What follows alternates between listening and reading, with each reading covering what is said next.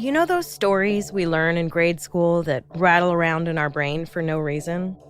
You know how as an adult you learn new facts about these stories and you're like, wait, why did my first grade teacher tell me that George Washington never told a lie? You know how anytime you want to learn about anything from American history, you end up down a weird rabbit hole of conspiracy theories and bitter accusations? Welcome to Strange and Unexplained with me, Daisy Egan. I'm an actor and a writer who hates to be proven wrong, but always seems to be.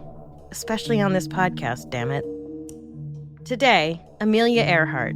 You know her as the firebrand lady pilot who broke records and vanished during an attempt to fly around the world. Today, I'll tell you about some wild speculation from around the internet about her whereabouts, and throw around my own sapphic speculation as well. Please assume the crash landing position.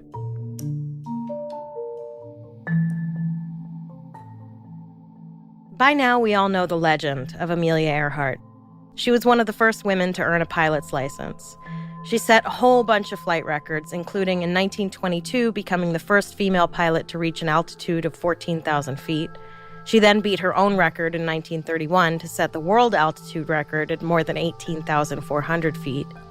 She was the first woman to fly solo across the Atlantic Ocean, a feat, by the way, that had only been accomplished once before.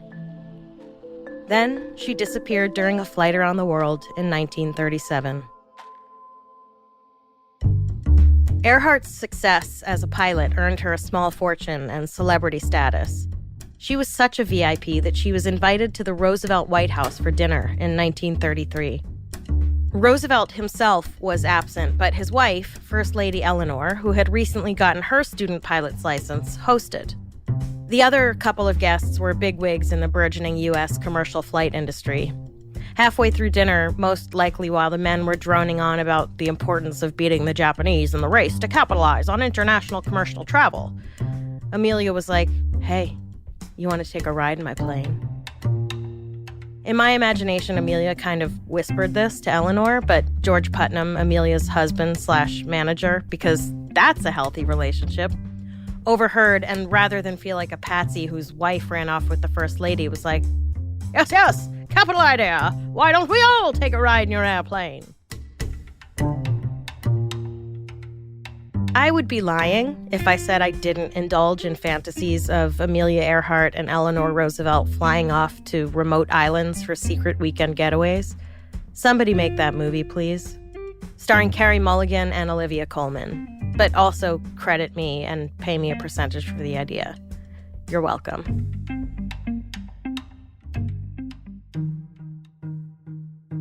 In the early 30s, Earhart's husband Putnam proposed the idea that Earhart fly around the world.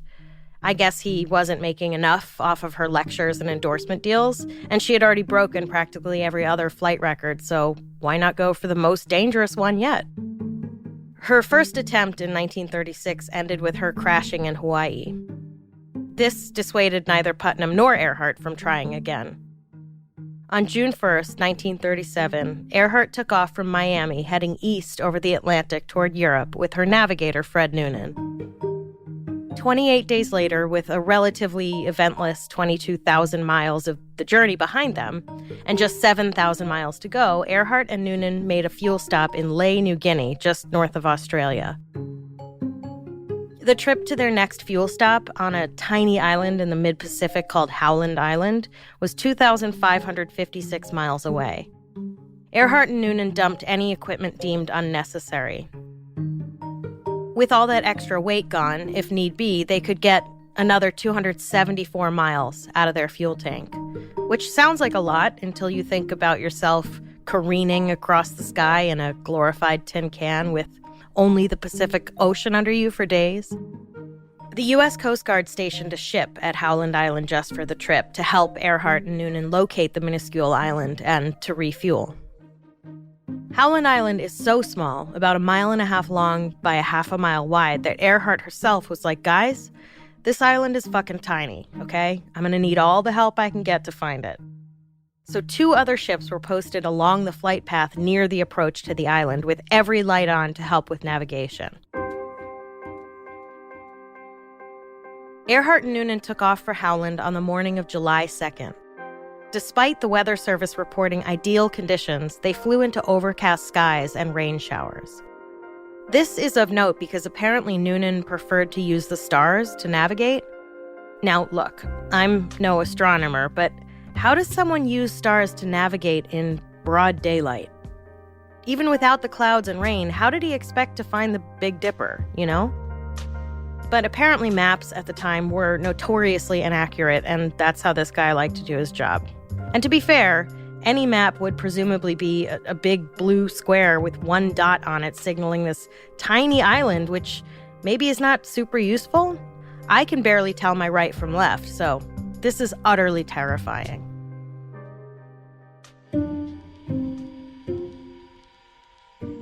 By dawn of the next day, Earhart radioed in, reporting, "Cloudy weather, cloudy." She and Noonan couldn't see the tiny island, and they were running out of fuel. I don't know what running out of fuel means on a trip like this. I'm guessing it's not like when the gas light goes off in my Prius and I know I have about 100 miles before I really need to panic, you know? Like, I'm guessing they'd already burned through the extra fuel they brought and were like, we better hit an ExxonMobil fucking soon. Earhart asked for location bearings from the folks on the Coast Guard ship, but never received their transmissions. At 7:42 a.m., Earhart radioed in, "We must be on you, but we cannot see you. Fuel is running low. Been unable to reach you by radio. We are flying at 1,000 feet. She got no response. The folks on the ship waiting to help her refuel were, in fact, receiving her transmissions and sending back as much information as they possibly could. But because of the clouds and the fact that radio technology in 1937 might as well have been 2 cans and a string, she couldn't hear the responses. At this point, she must have realized that either the ship wasn't hearing her or she wasn't hearing them. Either way, she had to have known she was in serious trouble. She tried again, reporting, "We are running north and south." And that was the last thing ever heard from Amelia Earhart or Fred Noonan, officially. But we'll get to that.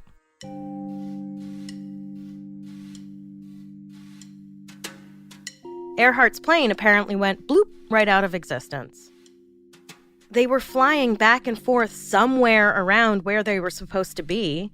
I'm assuming Noonan at least had a pair of binoculars, right? It seems really surprising to me they didn't see the ships or the island, as world-class pilots who had experience with this. Here's where things start to get insane, though. The U.S. government spent more than 2 weeks searching over 250,000 square miles of ocean and land and found absolutely nothing. I would imagine there would have been some kind of sea emergency equipment on board the plane, a life vest, a raft, some kind of thing that floats. Even with whatever they dumped out to make room for fuel, I'm going to go ahead and assume that life-saving equipment was not deemed unnecessary. Then again, what do I know? At any rate, none of that was found either. Earhart's husband, George Putnam, picked up the search once the U.S. government had exhausted theirs. I would imagine if I convinced my partner that driving over the Grand Canyon would be a great publicity stunt and then he disappeared doing it, I'd probably be like, oops, my bad, and put together my own search party too. You know what I mean? Putnam's team searched the nearby islands and came up with nothing.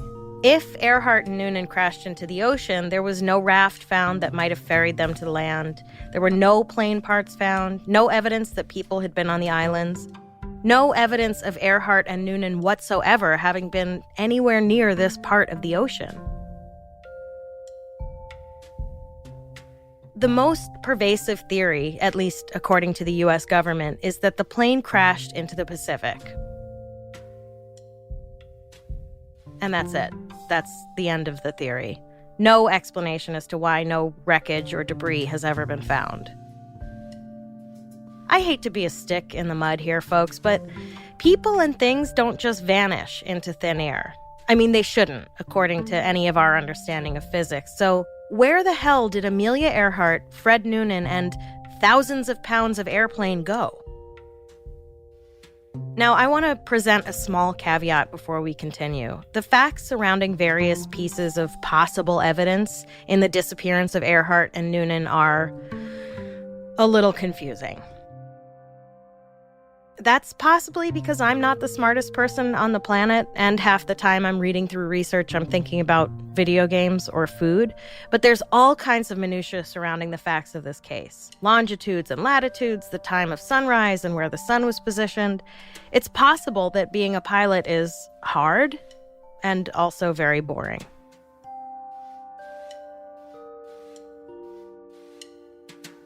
So, if you're a diehard Amelia Earhart detective, please don't listen to the rest of this. It won't be helpful.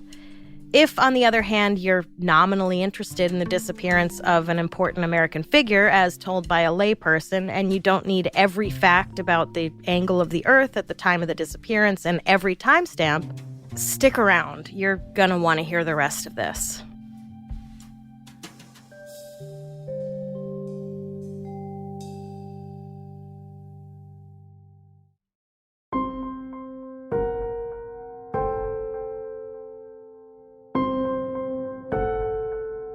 So, what happened to Amelia Earhart and her navigator, Fred Noonan? The first theory is that they had actually drifted several hundred miles off course. In 1940, during a search of Garland Island, now called Nikumaroro Island, about 400 miles southeast of Howland Island, where Earhart and Noonan were supposed to refuel, British officials found some human bones, evidence of a small campfire, and some other human-related stuff, including part of a woman's shoe and part of a man's shoe and a suitcase-like thing that once held a nautical device called a sextant, which is not as interesting as I hoped. I'm not sure what happened to all the stuff, but the bones were sent to Dr. D.W. Hoodless, a physician at a medical school in Fiji, for examination. Dr. Hoodless measured the bones and decided they were those of a short, stocky European man and therefore could not have belonged to Amelia Earhart. And then, you know what Hoodless did with the bones? The human bones found on a remote, mostly uninhabited island in the middle of the Pacific Ocean? Can you guess? He threw them away. He threw them away. This motherfucker, sorry to any of his surviving family, but seriously, this motherfucker goes, nope, not Amelia's, and fucking tosses the bones in the trash. Because obviously 1940 science wasn't going to advance beyond Hoodless's brilliant mind, and there would be no use for them. And, even if he had been right, which, spoiler alert, he wasn't he at least sort of interested in who the bones belonged to? It's not every day you find human bones on an uninhabited island. Also, did someone fail to mention to Hoodless that Earhart was with a man when she disappeared? Maybe they were his bones? Or did he know that and go, yeah, but Fred Noonan wasn't short and stocky, and these bones are conclusively of a short, chubby dude, so...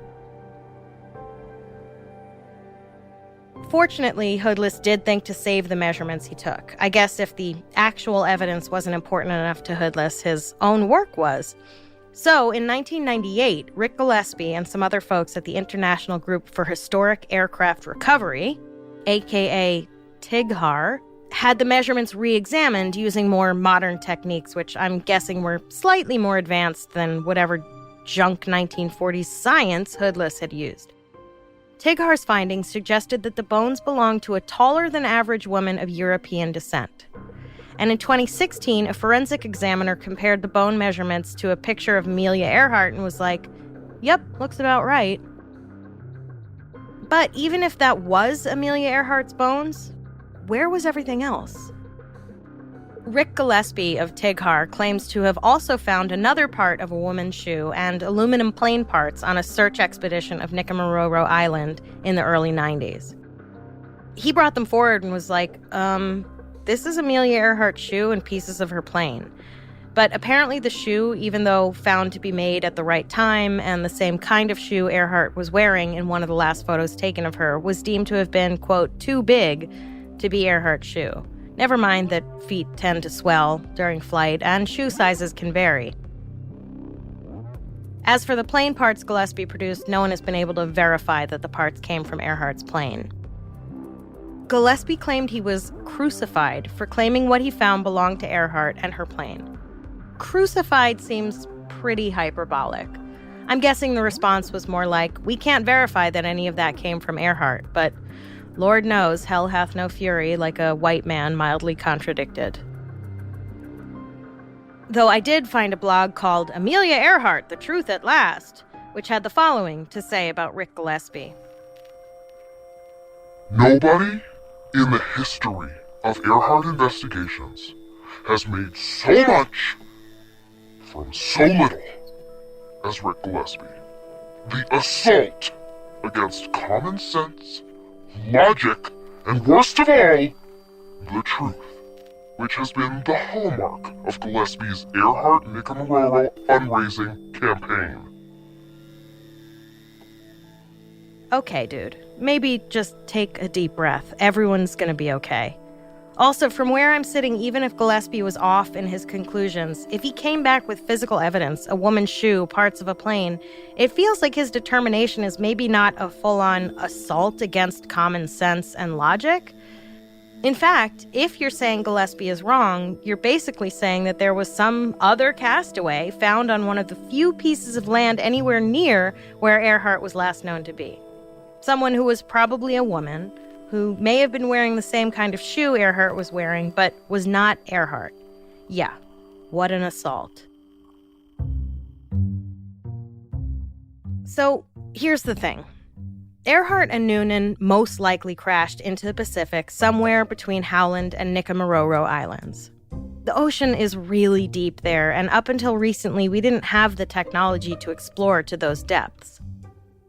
In the early 2000s, a deep-sea company did send vessels down in the area around which Earhart sent out her last radio transmissions and came up with nothing.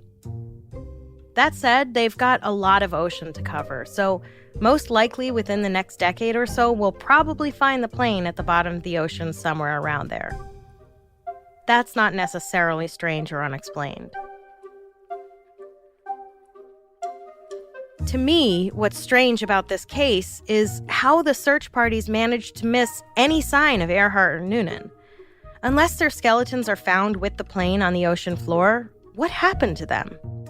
Side note, if I'm still doing this podcast, if and when Amelia Earhart's plane gets discovered and skeletons are found inside, you bet your ass I will do an episode all about the stocky bro / tall lady bones found on a remote island in the middle of the Pacific Ocean. Guaranteed. Because if they weren't Earhart and or Noonan, who the hell were they?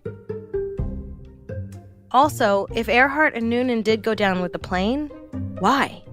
Wouldn't they have bailed? I can't imagine they dumped their parachutes when they were trying to make more room for fuel. That would have been stupid. It's possible, I suppose, they were both eaten by sharks, which I honestly cannot think of a worse way to die. I mean, I probably can if I apply myself. Anyway, let's say, for the sake of this podcast, that the bones and shoe and other detritus found on Nicomororo Island did belong to Earhart. That she crashed on or near the island and set up camp. How could it have been that she was stranded on an island 400 miles from where she intended to be and no one found her? Think about how extensive the search was. First the government and then her husband's crew. Especially if she did light a fire, of which there was evidence, how did she go unnoticed? Look, I've watched Lost 5 times all the way through, but that's not important right now. And I know that the first thing you do after you land on a desert island is light a fire so passing ships and planes can see you. I don't know how the people touting the theory that Earhart survived for a time on an island before eventually starving to death can account for no one having found her when 2 very extensive air and sea searches were conducted. Unless, of course, the quote-unquote extensive search had some holes in it.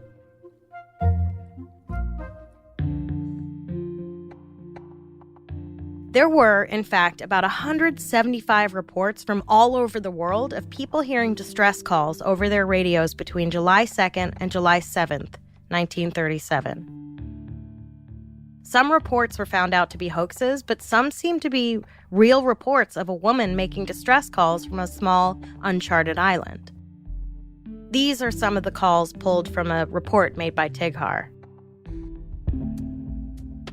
July 2nd. Plane down on an uncharted island, small, uninhabited. The caller reported the plane was partially on land, part in water. She gave the latitude and longitude of her location. Her navigator, Fred Noonan, was seriously injured, needed help immediately. She also had some injuries, but not as serious as Mr. Noonan. July 3rd, KHAQQ calling. Down in ocean. Then, on or near Little Island at a point near. Then something about directly northeast and our plane out of gas, water all around, very dark. Then something about a storm and that the wind was blowing. We'll have to get out of here. We can't stay here long. You guys? What the fuck? I don't know about you, but it sounds to me like Earhart and Noonan were sheltering in the crashed plane on a tiny island with no other place to shelter. There was a storm with winds strong enough that she was worried they would literally blow the plane away. Their only other option was to abandon the plane for some pitch-dark, tiny island. God only knows what was roaming around that island. Wild boar? The smoke monster? The man in black? Have I mentioned that I watched Lost 5 times through? July 5th, a woman in Florida hears Earhart calling for help and trying to deal with an irrational Fred Noonan. July 7th, can you read me? Can you read me? This is Amelia Earhart. This is Amelia Earhart. Please come in. Earhart then gave her latitude and longitude, which the caller wrote in a book, and continued, "We have taken in water. My navigator is badly hurt. We are in need of medical care and must have help. We can't hold on much longer."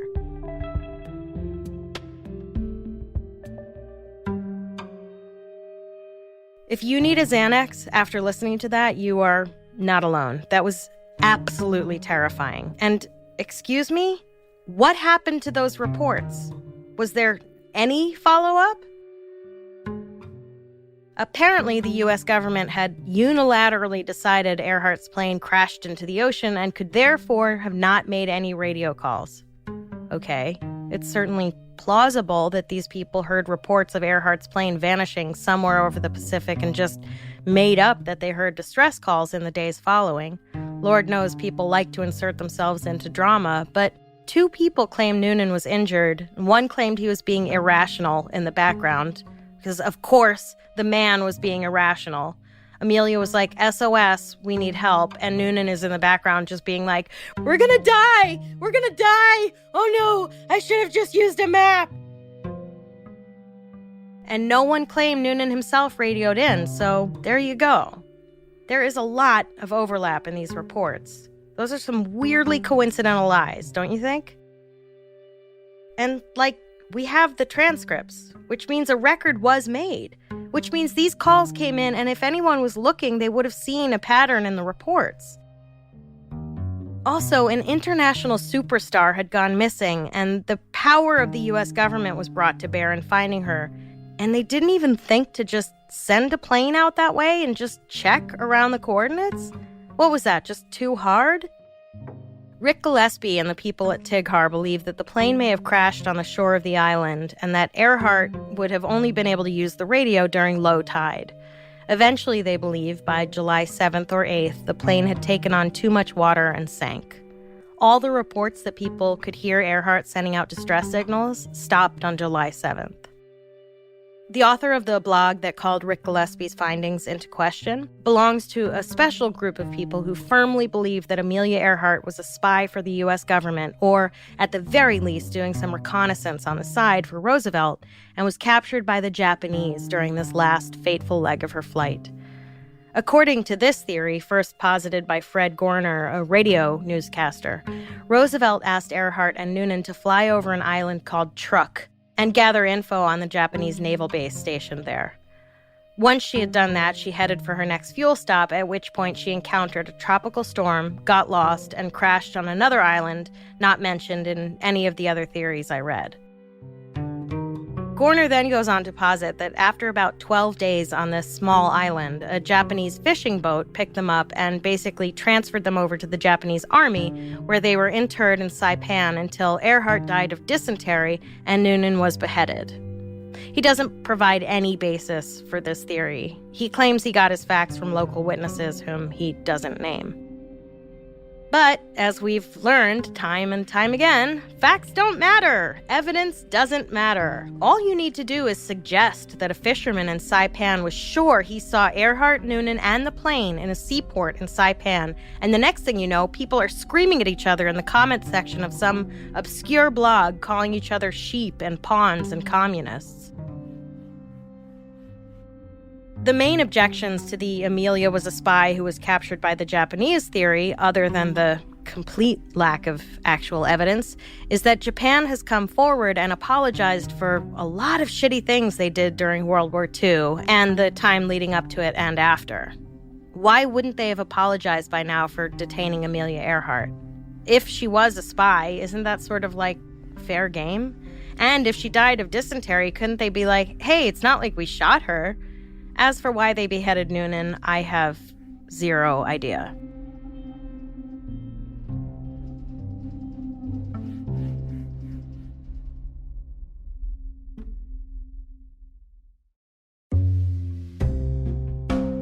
My favorite theory about what happened to Amelia Earhart is that once Japan captured her, they traded her back to the U.S., where she lived out the rest of her life under the alias Irene Bolam. In a 1970 book titled Amelia Earhart Lives, writer Joe Class elaborated on a claim by a former Air Force major named Joseph Gervais, who met Irene Bolam at a meeting of plane enthusiasts in the 1960s.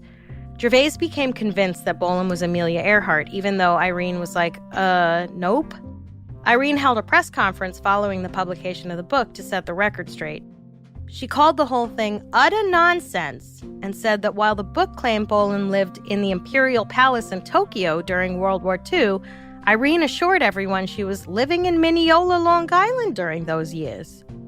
Bolam spent her career as a bank teller and retired to a retirement community in New Jersey called Leisure World, which I assume is a place of bocce ball, crochet, and high rates of STDs in the age 65 and above category.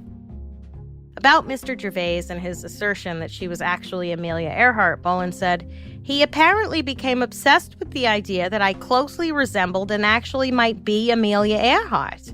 In response to his subsequent letters and telephone calls, I denied in writing and over the telephone that I was Amelia Earhart."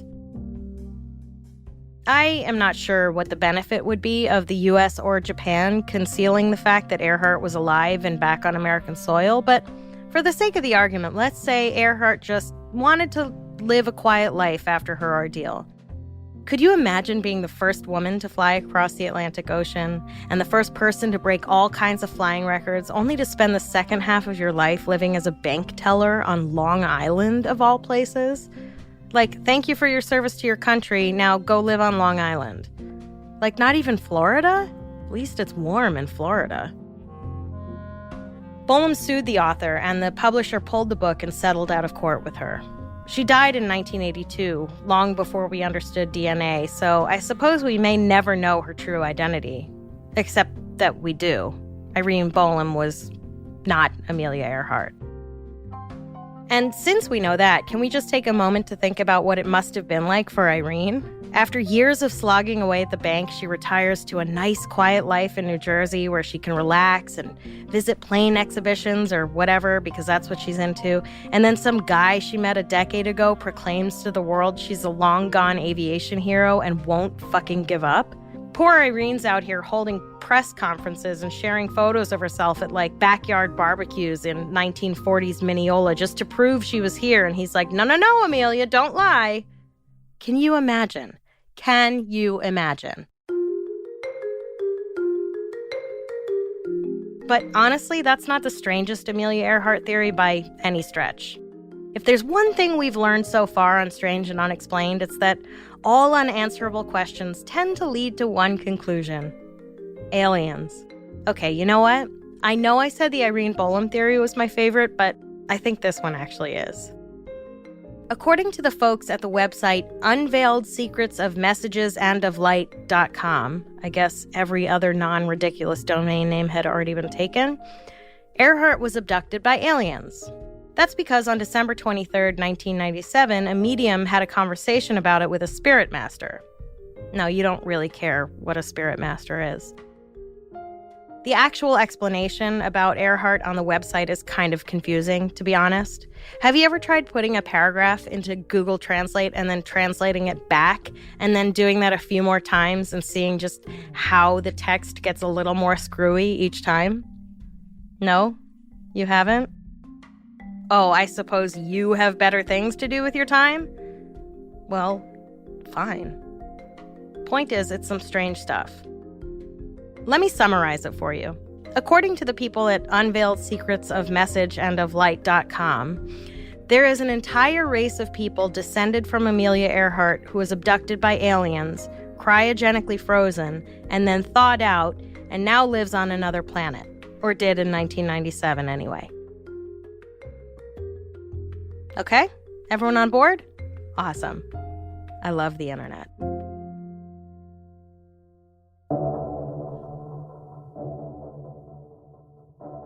So, there you have it. Amelia Earhart, the myth, the legend, the American hero and spy, the retired bank teller living at Leisure World Retirement Home in New Jersey, the pile of bones on a remote island in Micronesia, or the founding member of a whole new race of humans somewhere out in space.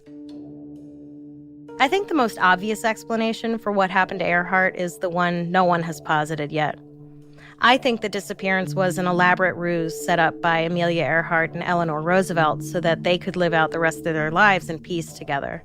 In fact, what if Noonan was Eleanor Roosevelt in a Fred Noonan disguise? Until someone provides definitive proof of what happened to her, that's the version I'm going with.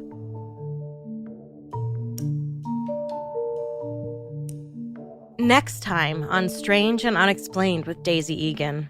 What would you do if your 4-year-old looked at a picture of a guy from the 1930s and said, "That was me, before," and then could actually prove it?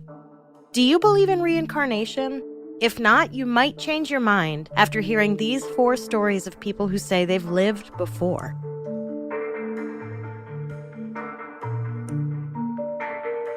We have a lot of fascinating and bizarre stories to share with you this season, but we want to hear your episode suggestions as well. If you have an idea for something we should cover, whether it's a well-known case or something that happened in your town that the world hasn't heard about yet, go to our website, strangeandunexplainedpod.com, and fill out the contact form. This episode was written by me, edited by Claire Smith Marish, and researched by Jess McKillop. A complete list of our sources for each episode is available on our website. Our episodes are mixed and edited by Jennifer Swatek. If you like our show, help us out by rating and reviewing us on Apple Podcasts. If you don't like our show, why are you still listening? Follow us on Instagram and Twitter. We are at SNUPod, and check out the Strange and Unexplained with Daisy Egan Facebook group to join in the conversation.